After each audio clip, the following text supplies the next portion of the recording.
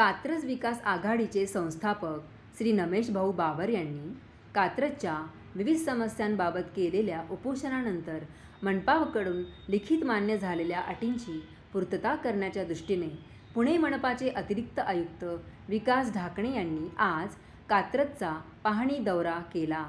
या पाहणी दौऱ्यात गुगळे यांचा प्लॉट त्वरित ताब्यात घेऊन त्वरित रस्ता करणे, JSPMच्या लगत असणारा ओढ्यावरील कलवट रुंद करून त्यावर रस्ता वाढविणे, दत्तनगर रोडची भिंत तोडून मागे घेणे, PMPLचे बसस्टॉप मागे घेऊन पुढील बसस्टॉप तोडून रस्ता रुंद करणे, कात्रज भाजी मंडई ते मस्तान हॉटेल मनपाच्या जुन्या हद्दीपर्यंत सातारा रस्ता दोन्ही बाजूंनी 6 मीटर रुंद करणे, मुस्लिम दफनभूमीच्या रस्त्याच्या जागेची ताबापावती झाल्यामुळे ती जागा मनपाला हस्तांतरित करणे इत्यादी कामे येत्या काही दिवसात चालू करण्यासाठी चर्चा झाली। सातारा रस्ता दोन्ही बाजूंनी